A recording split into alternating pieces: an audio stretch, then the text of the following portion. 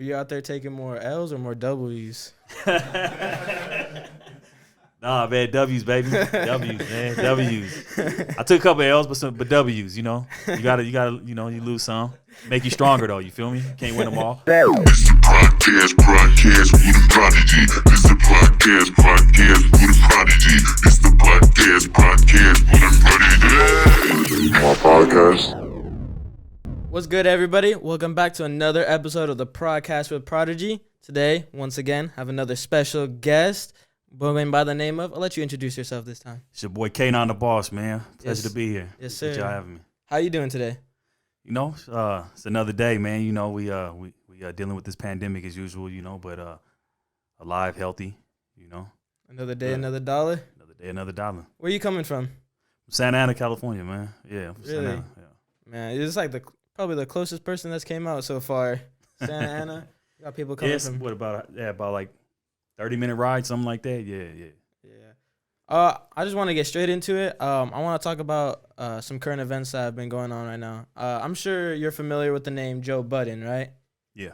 So he has one of like the most popular hip hop podcasts going on right now. But there's if you've been watching it recently, there's been a slight difference because his coworkers, you could say, I guess, Rory and Mal, they haven't been on like his podcast recently and stuff like that. And it almost seems like they quit because you see Joe, he's been filming without them. Like it hasn't been a problem for him with that. Even though like there's such a big podcast, well known in the hip hop industry and everything like that, they're still having problems. And I just wanted to know like what your thoughts are on that situation is.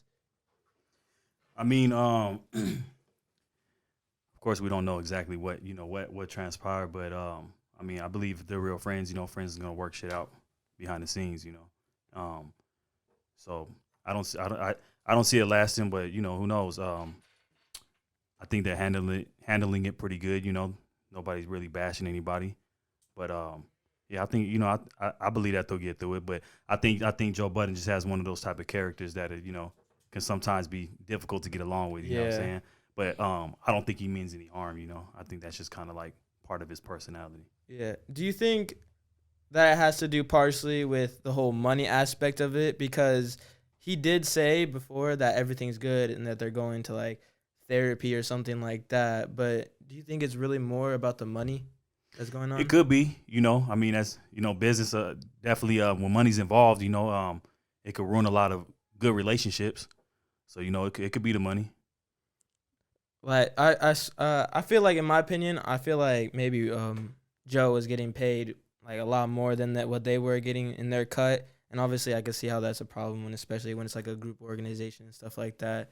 But I just wanted to grab your opinions on that because, you know, podcasts, we gotta, you know, look out for each other and stuff like that. I mean, he's Joe Budden though. You know what I'm saying? Like Yeah. he's the one that has the name. He has the, you know. So I mean, he was in my opinion, you know, what brought the people to the podcast in the first place. You know what I mean? Yeah. So He shed light on it. yeah, you know, and not only that, I believe, like, I mean, it only makes sense for him to get paid more if that was the case, you know. Yeah. Not saying that, you know, they shouldn't be taken care of as well, but I would just assume that he's the celebrity. He would be the one that probably get paid the most. Yeah, that makes sense. It's called the Joe Budden podcast. You know what I'm saying? Yeah. It ain't called Not the Joe Mal Budden. podcast Yeah. or the Rory podcast. You feel me? So it only makes sense. Yeah. Hopefully, you know, figure stuff out because, you know, legendary. Yeah, no, they all podcasts and dope. You know what I'm that. saying? I think they have good chemistry. It shows on the podcast, and I like to see them together. Yeah. I just wanted to grab your opinion on that because, you know, I've been thinking about that for a little bit. Now let's get into you, K9. How did you get your name? Well, originally, it's my street name. So in my hood, I go by K9. I just pretty much kind of added the boss onto it, you know, with the music. But yeah, just in the streets, my name was K9. You know, I grew up just having a very like aggressive personality. As I've gotten older, I've become a little more laid back, but I still have that. I still show that aggression when it comes to like music. You know, I'm very you know, just being dedicated and very focused on what I do. I handle everything like in a very aggressive way. You know, I don't wait for people to invite me nowhere. I invite myself. You know what I mean? So originally my original rap name was Bad Habit as a kid before I started taking like rap serious. And once I finally worked on my first album, Reality Check. When I put that out in 2010, before like when I was before I like was getting everything like finalized, I'm like, man, you know what? Nobody really knows me as Bad Habit. You know what I'm saying? Mm-hmm. So at the time, like I was known already in the streets. I was known in my hood like as K9. So to me, it made the most sense. Like people are gonna know me by K9. You know, people are gonna see the music. They're gonna know who I am just based off the name. So at the time, I was like, you know what, fuck it, I'm gonna take advantage of that and just run with that name instead. And then it just stuck with me. Yeah, always gotta add the boss after too. Gotta add the boss. You know what I'm saying? Yeah. So you said you got your name growing up. Where did you grow up at? I grew up all over Orange County, but you know the streets that I mainly pretty much did like my real like running around, you know, did my dirt and whatnot. When I started gangbanging and whatnot, that was in Santa Ana. Santa Ana. Yeah. So that was gonna be my next question. I was gonna ask if you had gotten into any like cliques and stuff like that, into gang activity, stuff like that. Yeah. So yeah, I grew up around it. You know what I'm saying? Like pretty much everywhere I lived at, whether it was like Anaheim, Orange, or wherever I was at, I pretty much always circled back to Santa Ana. And so my hood is out there.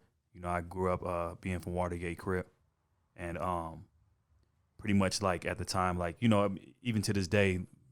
Not just in Santa Ana, it's spread out. You know what I'm saying? Like, I got homies, like, all over Orange County. So it's like, no matter where I lived, there was always that connection. And, and Santa Ana just, like, to me I thought it was just, I thought it was dope. You know what I'm saying? Like, that's where it was at. If, when I was running around and really, in the streets, doing all the crazy shit I was doing, it was like, that was a place that I felt like I could connect with the most. You know what I'm saying? And so, yeah, one thing led to another, and, kept showing up, you know what I'm saying, and became a part of something. Yeah. And I feel like obviously it's a lot more like realized now, but gangs, it comes with like, the violence and stuff like that, but it's also comes with a big part of having a family, right? Yeah, I mean, that's originally what it was for me.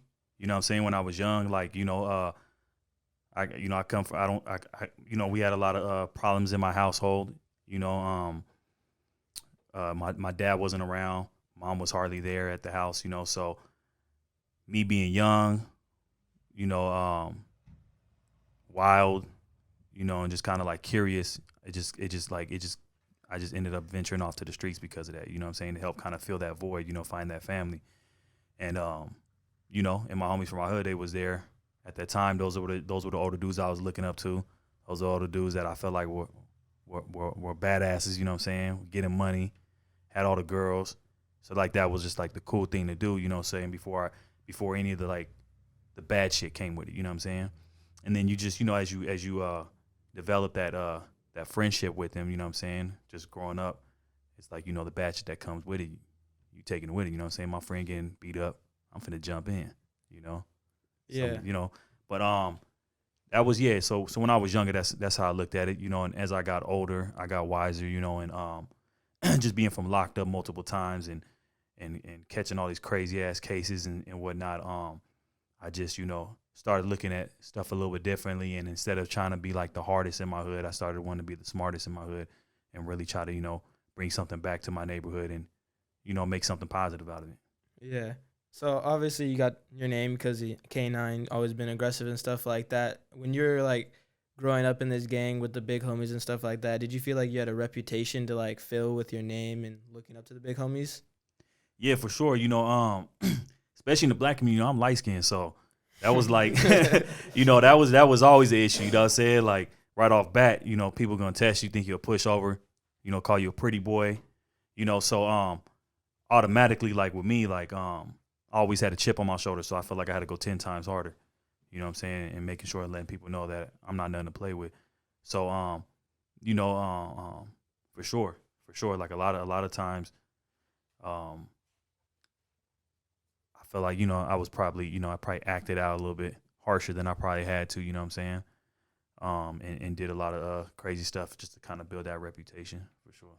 Do you think that's like a part of like any gang's, like, I don't know, I guess ritual to like kind of like realize if like you're really down to be with the gang or if you're like tough enough to be a part of it?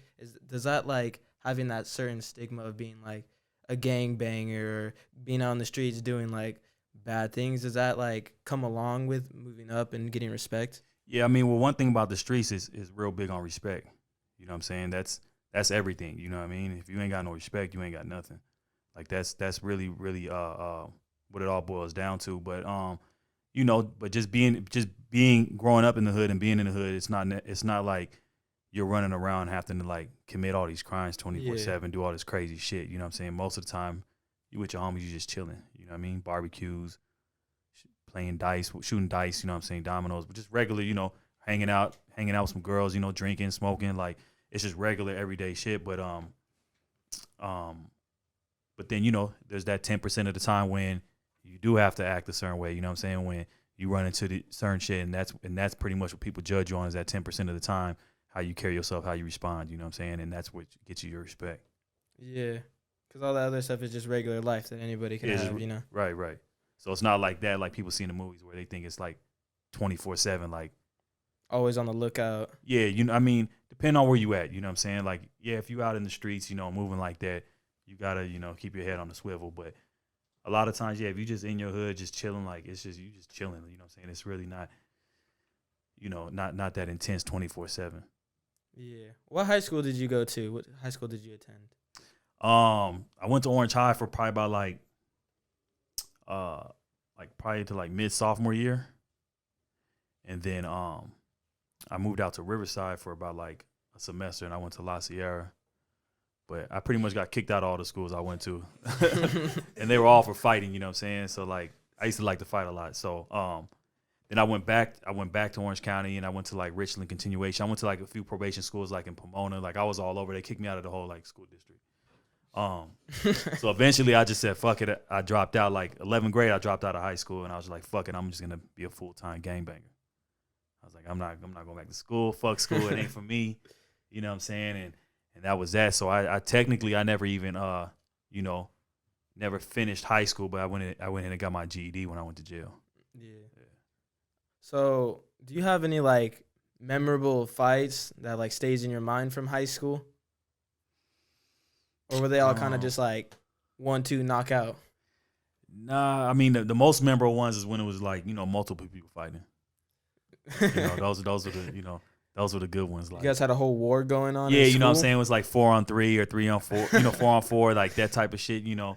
It'd be literally be like after school, like once you get out of school, you know, that's how most fights right after school. Everybody. Yeah. But it'd be like some people coming from like a whole nother high school, like to, you know, because they know we from what, you know, certain hood, they from a certain hood, and they're like, oh yeah, let's go over there after school and look for them motherfuckers, you know.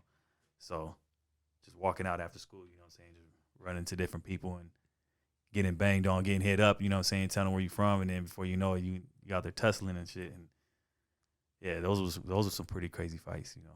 Were you out there taking more L's or more W's? Nah, man, W's, baby. W's, man. W's. I took a couple of L's, but W's, you know. You gotta, you know, you lose some. Make you stronger though, you feel me? Can't win them all. But yeah, no, it was some crazy fights, man. I seen, you know, I've seen some friends really get it bad, you know. I luckily me, I never really got it like too bad, you know, except for the few times that I've been jumped. Yeah. Which is like me, you know, and or just me and like one friend, and like we're just like outnumbered. Those are some pretty crazy ones, you know. Yeah. Like one time I literally I got in a fight, and I remember like I beat their homie up. They didn't like it, and there was probably about like 15 of them. So they ended up chasing me. I ended up running. It was at a house party, and like this other dude, like he pretty much like ran it. Like it was like this super fat dude too. Like I seen him like just running like this, like trying to cut me off, and I'm like, fuck. Hope this, like he was just like, it was slow motion and shit. And I was in like I remember like as soon as he cut me, he like actually cut me off, right? And I jump kicked him. Boom. I did some ninja shit, and I fell on the ground. And as soon as I tried to get up, boom, boom, boom, I just started getting stomped the fuck out. And like luckily I had one friend there that was able to like pull me out the mix. But it was crazy. Like I remember I got home and I remember like looking like in the mirror and had a big ass like Nike shoe print on my shoulder. Like it said Nike, it had the swoosh and everything. I was like, damn, somebody's really stomping me the fuck out. It was trying to kill me. That shit was crazy. Yeah. White shirt. Yeah. That shit was crazy. They stomped the fuck out of me. But yeah, I made it up. thought of that. You know. It's good for you, you know. But so you said you dropped out of high school to be a gangbanger, but what point in your life did you want to start taking music seriously? I started taking it seriously, I would say around 2008 is when well, you know what? I've kind of always, in my eyes, I've always taken it serious. I always wanted to kind of like, take it somewhere really far. But I didn't have the connections. I didn't know how to like really move around. And so I was just kind of like just trying to figure it out. Like, I didn't know shit, but like I actually, I ended up meeting. I was in the middle of like I had like a Polaroid camera, the digital cameras, right? There's like these old school like digital cameras, these little small ones and shit. And I remember me and one of my homies we were like trying to shoot a music video off of it, and then one of my good friends to this day, his name is Caution. He was driving by and he seen it, and so like he hopped out and like just started talking to us, and he ended up being like coming to find out he's a producer, engineer. Like he does a lot of shit, rapper, and so he was like, "Yo, you guys look like you guys are trying to do something serious." He was like, "I produce or whatever. If you need some beats, let me know." And this is before beats was all online, where before you go on YouTube and all that shit, you had to actually like know producers, And I had at the time never had like any original beats, and so I thought that was like the dopest shit, So he was like, he told me how much they cost and whatnot, and I literally like. The very next day, like the few dollars I had left in my pocket, I went over, met up with him because he actually lived in my complex at the time, and pretty much just gave him all the cash I had. Got like probably like 4 beats, and just started from there really. And then luckily because I was like my passion for it, kept me around him, and it made him like start kind of like taking me under his wing, you know what I'm saying? And he pretty much just started kind of like showing me around, like, this is how you do it. This is how you write a hook. This is how you count your bars. Like, I didn't know none of that shit, And then probably about after a year of knowing him, he invited me, like, because I used to, he would invite me in his house, but just to the living room. Mm-hmm. And probably about after a year of knowing him, he was like, you ready to work on an album? And he took me to his bedroom. And he had a second bedroom, and it was a full-on fucking studio in there. Like, full-on studio, you know what I'm saying? And so I was like, oh, shit. I've known you for a whole motherfucking year. Been in your living room and shit, didn't even know you had a full-on studio in there, you know what I'm saying? And I used to, because he raps too, and I used to wonder, like, damn, how the fuck this motherfucker, like, recording all this? Because he's from Tacoma, Washington, but he was living down here. And so he used to tell me that he would fly out to Washington to record all this shit. But he wasn't. He was recording that shit in the house, you know what I'm saying? So that's how I recorded the first album, Reality Check, and yeah, that's pretty much what started it off, you know what I'm saying? Like, I didn't cut any corners with that album. It's back when CDs were still popping, so I had like the full booklet in there, like professional photography, everything was just top notch. Like the mixing I paid for the mastering, like I got the master done in New York. Like I pretty much didn't cut any corners, you know what I'm saying? I wanted to separate myself from like back then the artists that would write with a Sharpie marker like on a burnt CD and like like I wanted to be legit, you know what I'm saying? I wanted the real album to be like, I'm a real rapper. You feel me? So like once I did that like opened up a lot of doors, and I think that like that kind of like was like, that's why I call it Reality Check. That was like a reality check to like people in my hood, people that knew me, like everybody that I was telling that I was gonna take it serious and I was really trying to be a rapper. Once they seen that, they was like, oh shit, he ain't playing. Yeah. And then I started getting more like the people like kind of like backing me and believing in my dreams. Yeah. That's so crazy that you said back when they wrote on the CDs just in some marker, because I remember seeing those back in the day. We used to have a studio here, and my dad used to have like a whole entire ring just filled with CDs. I had no idea what they were. I thought they were just like videos or something. Now looking back on it, it's like a bunch of tracks just burned onto CDs and stuff like that. Yeah, and it was common. Like everybody did it because it was, it was easy, But like I said, because it was common, it was like, all right, cool, you gotta whatever. Stand out. Yeah, but when I came with like that full CD, like motherfuckers like, oh shit, he's legit. You know what I'm saying? Yeah. And I was young too, so there was like, oh shit, he really like on his business game. He really everything like with me, everything is all about impression.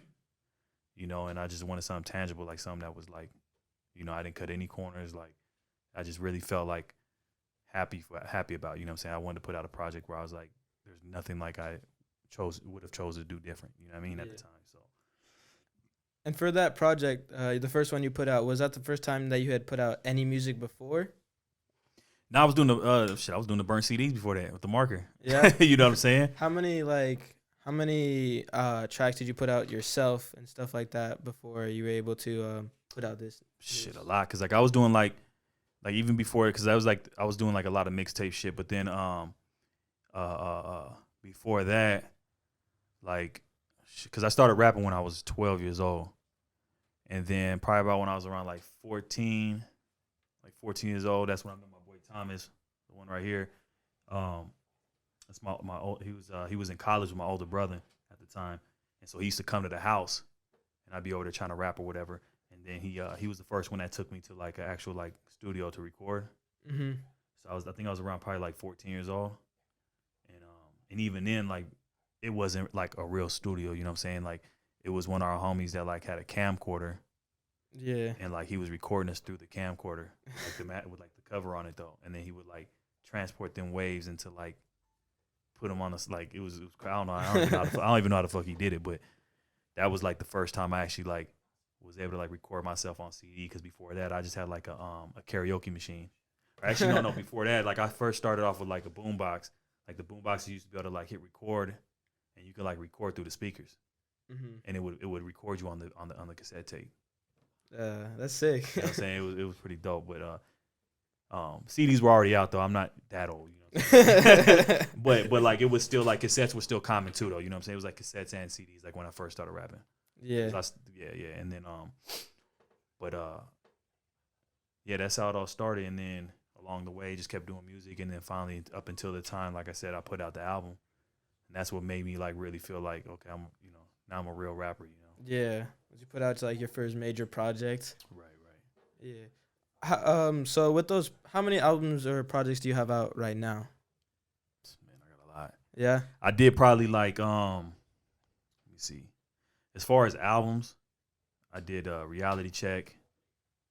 After that, I came out with the Backstreets, and then I hadn't put out an album over all these years. It's just been like kind of like singles for the most part. Mm-hmm.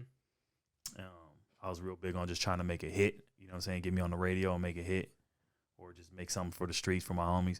Like that was my main focus, you know. And then I finally got to the point recently where I put out my latest album, which is Clarity, and that was just more because I got tired of putting out the singles. You know, I felt like I wanted something that could tell my story a little bit better. Mm-hmm. You know, even though I was telling my story along the ways, like people that were following me, hearing my songs and whatnot, you know, I didn't have a complete project that was really telling my story, you know, other than like my old stuff. And like I've come so far since then from how I used to be as a kid, you know, just running around gangbanging to who I am now. So that's what made me work on Clarity, just to kind of bring everything full circle. Yeah. You know, and show the maturity, show the versatility, you know, show the growth.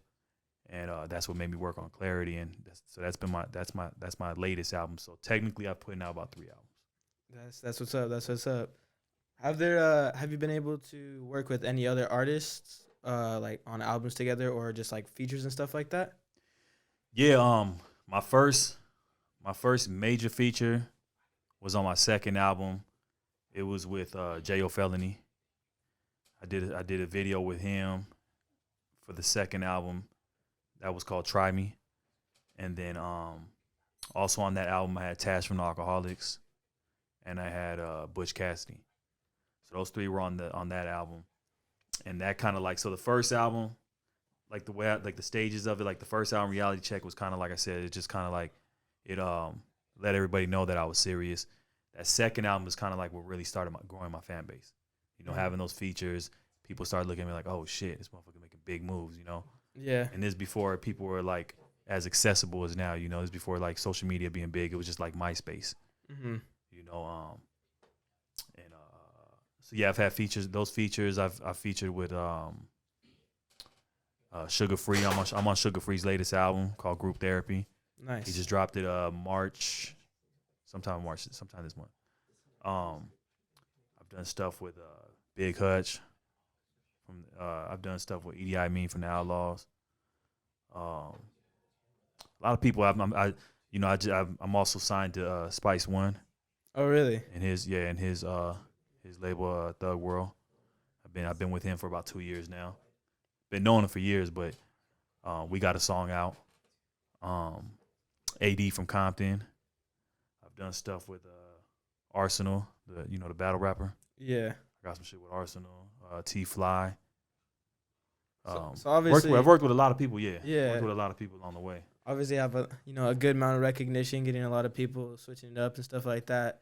I wanted to know, like, how did you get into music? Because I was listening to your music before you came here, and I noticed that you have like that West Coast, style to it, almost like that Nipsey Hussle type of flow. I was listening to it, and I just wanted to know, like, who were some of the artists that you listened to and got inspiration from for like making music and your flow and stuff like that? Man, there's a lot of rappers, originally, like my favorite rapper growing up was Brother Lynch, underground rapper from Sacramento. So I was really tapped into that scene. Brother Lynch, X-Rated, which X-Rated I got a song with too. But Sebo, like I was tapped into that growing up.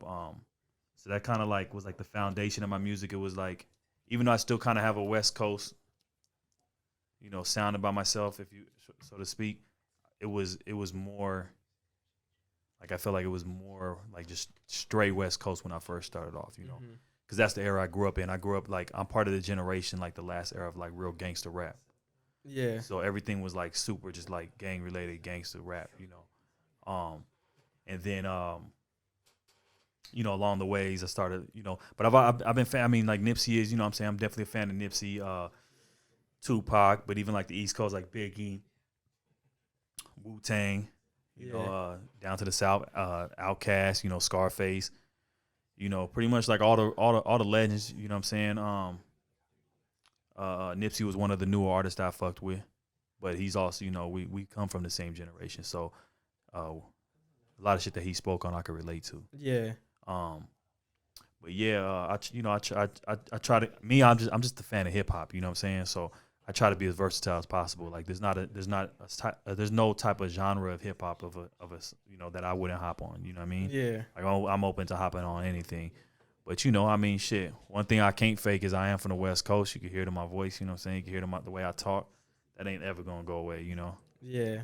It stays with you, even like, because I know you said you was like fucking with the East Coast rappers like Biggie and everybody, and I see like, yeah, you can mess with them on their like style and stuff like that, but where you're from is still gonna like stay, It's, exactly. It's not like you can just change how you are. Right. I mean, some people do it. You know what I'm saying? I'm not one of them. And nothing wrong with that, but I'm not one of them. You know what I'm saying? This is where I come from. This is this is my slang. This is like, But at the same time, I don't want to put myself in a box to where I'm just like fucking with just like the West Coast sound. Like, nah, I'm fucking with any type of sound. Yeah. I don't even like look at it that way no more. You know what I'm saying? It's like if it's a dope beat, it's a dope beat. Let's hop on it. Let's make something happen. Before like quarantine and COVID hit, were you like out doing live performances and stuff like that? Yeah, I was actually on tour with Brother Lynch and X-Rated. Really? Yeah. That's sick. So that was pretty dope. We I think we were just either in Fresno or Bakersfield when the pandemic hit, which kind of sucks too, because our next show was supposed to be in Santa Ana, which is where I'm from. You feel me? Hometown. So that would have been dope as fuck. That'd have been super dope. But the pandemic happened and put a stop to everything. Yeah. Who are some of the bigger acts that you've been able to like, I don't know, like headline for, or maybe like perform, right before? What are some of like the big names that stand out to you? We just spoke on Nipsey. You know what I'm saying? I've opened up for Nipsey before a couple times. Ice Cube, Snoop Dogg. It's a lot of artists, a lot of big artists that I've opened up for. Even like R&B singers, you know what I'm saying? Like Neo and Chris Brown, you feel me? Yeah. Because I do got those type of tracks too. I'm not a singer, but I got those type of tracks too. So I would try to just kind of get in where I fit in, you know what I'm saying? And if I knew I was doing like a performance at like an R&B singers type of event, then I'm gonna gear more towards those type of songs in my crates that I got tucked away. Have you been able to make any like connections with like the people that you've opened for? I'm sure a few along the way. I can't think of any off the top. Like the last big show I did was at the Observatory Theater in Orange County in Santa Ana. That was with Young Dolph. But no, I didn't really get a chance to really to fuck with him. But yeah, I mean if not at that show, they still see my face, and at the next somewhere else I run into him, and that kind of like opens the door for a conversation. Yeah. So I'm sure one way or another, yeah, it's helped me out. So when you like go out and say you open for a big name and something like that, when you're performing and doing all that, are you like able to like actually like talk to them in the back, or do they only really show up when they have to perform?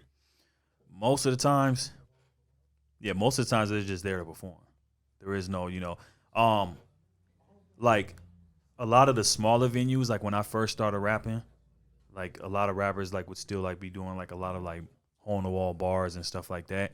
Those would be a little easier. They'd be more accessible. You know what I'm saying? For me to walk up on them, talk to them, conversate with them. And that's kind of like how I was able to kind of like really talk to meet a lot of artists because, one thing for sure is like what's different now is with social media, you can network and talk to people, but your presence is felt way, way, way, way more, Mm-hmm. And so I used to just do fucking shows. Like I was doing like 2 or 3 shows a week, and I'm right there in the rapper's face. You know what I'm saying? Just as a real one from the streets, like I'm gonna come approach you, I'm gonna holler at you. You say you a real one from the streets too. Yeah. Let's have a real conversation, But like the bigger venues, a lot of times, they got their own little VIP room or whatever. You don't see them until they come out to do a show. But then there's been some spots where like, I may know the promoter or whatnot, so I can get backstage and kind of like maneuver a little bit, Yeah. And so when like say you do know the promoter and you're able to get back there, is there like a certain way that you have to like walk up to them or like speak to them, or can you just like walk up to them and like you've known them before and like, ask them a question? No, I mean, I feel like the approach is, you just got to be respectful. You got to not look like you're posing a threat. It's all about body language, you know what I'm saying? It's just like the streets, you know what I'm saying? Like most of the rappers come from the streets, so it's really like it's just second nature, like knowing how to approach somebody from the streets, you know what I'm saying? In a non-threatening way. Because, they got an entourage too, they got security. They could jump on you, or my homies can jump on them, like, and it could be a whole bunch of, nonsense. So you definitely have to know how to approach somebody. Because, at the same time too, shit, they get approached by all the fucking time. So it's like, you got to remember that too. Like, sometimes motherfuckers just don't want to be approached. Yeah. But, depending on your body language and how you approach somebody, they might be like, all right, fuck it, I fuck with him. He seemed like a real one. Yeah. I was just thinking about it right now. I wanted to know a little bit about when you record tracks and your studio sessions and stuff like that, in terms of like, do you find yourself more comfortable going in a studio and rapping what you've wrote down and thought about before, or going in and spitting a freestyle? Yeah, no, I like actually writing my shit down, and having something to talk about. The freestyle thing's cool. I know a lot of artists nowadays kind of go that route, but I like to kind of tell more of a story, have a little more substance in my lyrics, make it all kind of make sense, you know what I'm saying? Each bar kind of follow up from the previous bar, not just kind of like be randomly spitting. So me, I prefer to actually write, but I started off freestyling, but it was more like battle rap, just talking shit in school, Yeah. But I kind of like I geared away from that a long time ago. But yeah, I'd rather actually write. Yeah, that's it. I feel like I'm not a rapper in any way. Like my dad has tried to get me in the studio with some producers before, just to like, prove a point to them. And it's worked out, but it's not for me.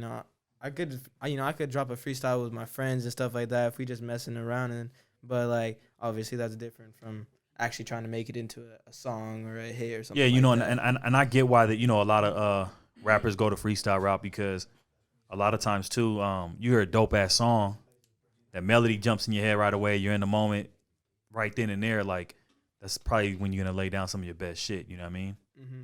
Instead of like really like sitting back and writing, and then like the next day you're not in the same mode or whatever. So I think there's pros and cons of both.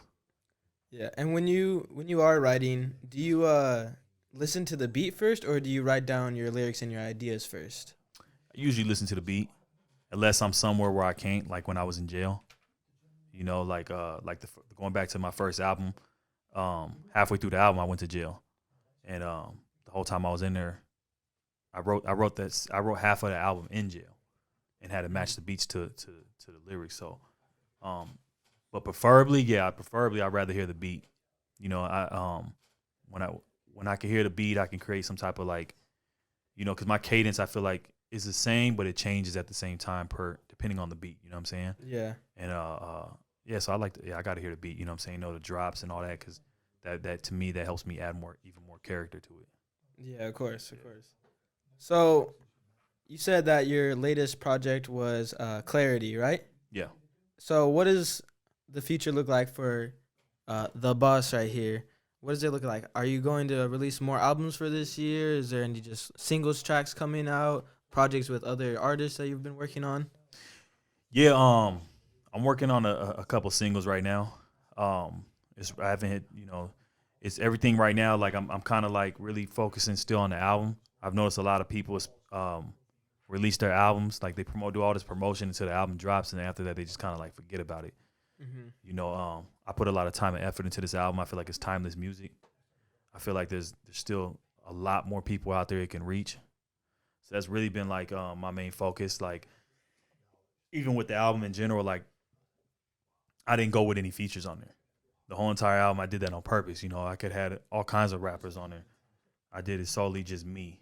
You know what I'm saying? Yeah. From, you know, and there's a couple singers on there, you know, but as far as rappers, I'm the only rapper on there. But I did that on purpose because, like I said, I wanted to bring everything full circle from my past. But yeah, as far as singles, I'm working on a couple singles, but it's not like a pressure type of thing though, neither. Yeah. You know what I'm saying? But I should have some dope stuff coming out pretty soon. Yeah. I also noticed that you have a couple music videos up, and also I saw that you have a documentary out right now on your YouTube channel, and I was asking, like, how into are you, like, the whole video aspect of music? Man, shit, one of my video guys is here right now, and they'll tell you I get on his fucking nerves. Yeah. Because I'm like, oh, there he is. I thought you were over there. Because I'm super involved, you know what I'm saying? But that's just something that was created over the years, you know, because I've put out so many videos, and like, you know, a lot of people like didn't really know too much of what they were doing. And me, I'm like, I have a vision, you know what I'm saying, obviously, and like it has to come to life, and some people may not be able to bring that vision to life. So then, like, I felt like I had to get more involved, hands-on, and making shit happen, you know. And over the years, I just kind of developed that, like, it's just in me now, you know, to where I'm just involved in everything. Yeah. And so with the videos, I'm, you know, like a lot of the concepts, ideas, you know, stories behind it, storylines, and all that. For the most part of me, you know, I usually come up with the concept and then go over with the videographer, and they help bring it to life. That's sick. Yeah. So what does that the documentary mean and represent to you? So the documentary was really just giving more of a visual of the album, Clarity. You know, showing the growth, showing where I've come from, showing my hood, showing that I went to jail. You know, kind of pretty much just talking about the struggle and what I've taken from it, and and how I've grown from it. And you know, send that message out to anybody else that's going through it, you know, that they can get through it too, you know what I'm saying, and that there's a brighter side of things too, you know what I'm saying? Yeah. Show people it can be done. And that was the whole purpose, the documentary. It just kind of give everybody a visual of that. Yeah. And for your music videos, how much do you normally how much would you spend on a music video for it to be, you know, for you to be content with it? Oh man, I can't say that. You can't? I can't say that. You know what I'm saying? I mean, it ranges, you know. It ranges. To be honest with you, like, I feel like I'm you know, I'm the king of budgeting. King of budgeting? Yeah, like a motherfucker. You know, I know how to make something out of nothing. You know, I can make something look like $1 million. I ain't spend $1 million. You know what I'm saying? like shit like that. So like, just from knowing different people and getting stuff done, or like not going the traditional route that one person may go, I might figure out another way to go through the back door and get it done a lot cheaper. or just get creative. You know what I'm saying? I've gotten creative on a lot of videos to where it looked like I may have spent all this crazy ass money and I didn't. Mm-hmm. You know what I'm saying? So it's ranged. You know, there's been some where I've spent a few hundreds. There's been some where I spent a few thousand. But of course, I'd rather stay in the hundreds. You know what I'm saying? Yeah. Or you could be like Lil Dicky, make a whole song about spending $0 on the set. I've done that too. Really? You know what I'm saying? How'd you do that?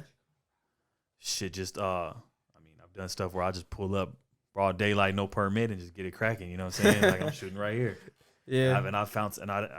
I've found some locations that look like some shit that I would have had to pay for to be in. You know what I'm saying? But that was just me being creative and just like keeping my eyes open. Like even if I'm not in the middle of shooting a video, like I could be driving home today, and my eyes are always glued to like the streets. So if I see something like, oh, that shit's dope, I'm gonna use that for a video one day. You know what I'm saying? Like I'll go write that shit down. It's like a location, you know what I mean? So whenever I need something of that type of, that nature, shit, that's, I'm going to my notes and that's what we finna shoot at. Have you ever found yourself like building anything for one of the music videos? Building and nah. Not building. You just take everything for the shot as it is.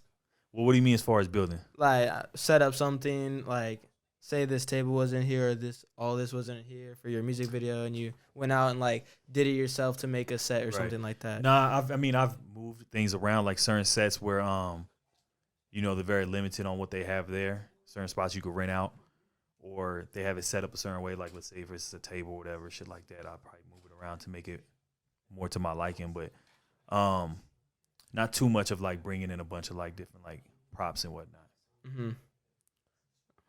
That's for this whole set. People may not believe it, but we built a pretty good majority of this set. So yeah, no, this is dope.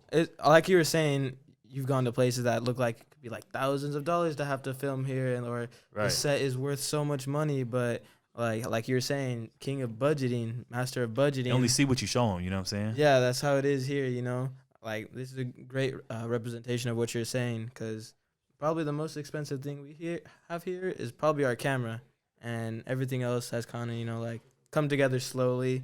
Yeah. But it's about being creative, you know what I'm saying? Like, you got those that got to go spend those thousands of dollars. It's just like, even like clothes, you know what I'm saying? Since I was younger, I can go to, like, freaking Ross. Yeah, I got to dig through some shit, but I'll go through Ross and I can find a whole fit. You know what I'm saying? And rock it in a music video, and a motherfucker like, damn, that shit look like $1 million. You know what I'm saying?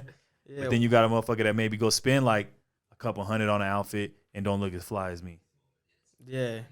It's all about like how you can use it, Yeah, you gotta be creative. Yeah. You gotta have some sauce, you know what I'm saying? Some flavor. A little drip, Yeah, a little drip, exactly. Are there any artists specifically that you've been wanting to work with but haven't been able to get the chance with? Man, there's so many artists out there. It'd be dope to like work with people like Rick Ross. Of course Snoop Dogg. I've always been a fan of Snoop. Even R&B singers, man. Like it'd be dope to work with like Rihanna. Rihanna? Yeah, I fucks with Rihanna. Janae Aiko. I think that's how you say her name, Aiko or some shit like that. But yeah, it's some artists out there. Of course Jay-Z. You know what I'm saying? But yeah, pretty much all the greats. Drake, that'd be dope. You know what I'm saying? Why not? Yeah. But yeah. So for all the people like wondering, where can people like find you? Say they want to either contact you or they want to listen to your music. Where do you put all of your information, all of your music at? So as far as like, I'm on like every social media that's popping right now. I'm on all that, the Instagram or even just Twitter, or TikTok, and Facebook. I'm on all of that, and you just look up K9 the Boss. You know what I mean? KAYNINETHABOSS on any social media, and you're gonna be able to find me. And then as far as like the streaming platforms, I'm on every single like major streaming platform out there: Spotify, Apple Music, Napster, Deezer, Amazon. You name it. Oh, all the regular, got everything covered across the lines and everything like that. Trying my best, you know what I'm saying? For the most part, I'm a one-man team, so. Really? Yeah. You just upload everything yourself? Yeah, I do everything on my own. That's impressive. I know a lot of people who struggle to do that. Like they need a team in order to like, hold everything together. There's a person that does like, their marketing, the person that does their uploading and stuff like that. But I respect that, you do that by yourself. I feel like it builds more character. Yeah, well, again, like a lot of times, you don't really get that team until you're already kind of like somewhat popping, you know what I mean? Unless you're like the very few fortunate. So I never wanted to wait around for anybody to give me a handout or help me, So I just tried my best to learn the game on my own and wear just like many hats, you know what I'm saying? And get shit done because I hate waiting. Yeah. Like I'm impatient when it comes to that side of it, you know what I'm saying? Like if I got something that I want done, like it needs to get done, you know what I'm saying? And if I'm relying on somebody else, it may take a few days when I know I can get it done right now. I'm gonna do this shit right now. Yeah, I feel you. So So I had to run a tight ship, but I'm sure eventually it's gonna have to come to a point where I have more people on the team. You know what I'm saying? Because I could just, that way I could focus on just being the artist. Yeah, that's the end goal. Exactly. You said you're the king of budgeting, but I see you got a lot of ice on right now. So is that like a big part of you? Do you like jewelry? Yeah, I mean, shit, I don't wear this everywhere I go. Yeah. You know what I'm saying?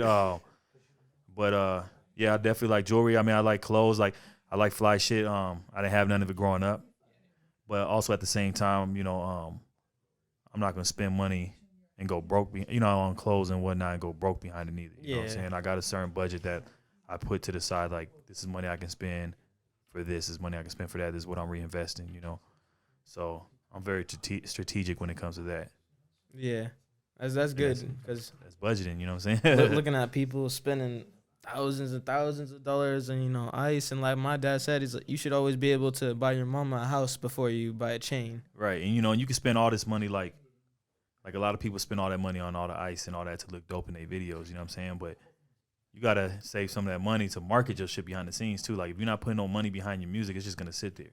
Like it look cool to like the few friends you got or whatever that listen to your shit, but you want to really grow a fan base, like you gotta put money behind that. Yeah, and a chain really ain't gonna do nothing. Like the most it's gonna do is get stolen. Otherwise, it's just for show, I mean, they might try to steal mine, but that ain't finna happen. That ain't gonna happen. Yeah. I mean, it looked good, you know what I'm saying, but that's not like that doesn't come first. Does it give you a little bit of confidence? Say if like you're performing, you got a little bit of ice on. Nah, man, I'm fly without it. Yeah. You know what I'm saying? I create, I create the drip. You feel me? I am the drip. You know what I mean? So, I mean, I think it just to like, I don't know. I mean, I just like jewelry, but I don't think it don't make no difference. Like I come out on stage in some basketball shorts and a wife beater. You know what I'm saying? And still have the same confidence. That's what's up. That's what's up.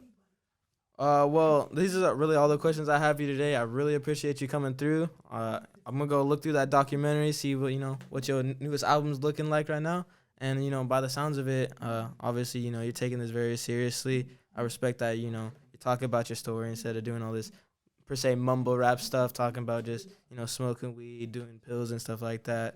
'Cause I like to see how like back in the 90s gangster rap was about their story, it's about their life. And it's changed a lot nowadays. It's starting to come back a little bit with certain artists, but a lot of them are like, doing that fake rap, that rap cap and stuff like that. Yeah. But I respect that you're going out here telling your story and stuff like that. Yeah, no, man, I appreciate you having me. You seem very intelligent. Ask some dope questions. So kudos to you. You know what I mean? You're still young, doing your thing. So. Yeah. Keep going, don't stop. It's all about that grind through COVID, man. Yeah, man. But you gotta take advantage of it. Yeah. That's what I did. That's how I put out the album. I was like, shit, if I gotta sit down and, sit down all day, then shit, I'm gonna make use of my time.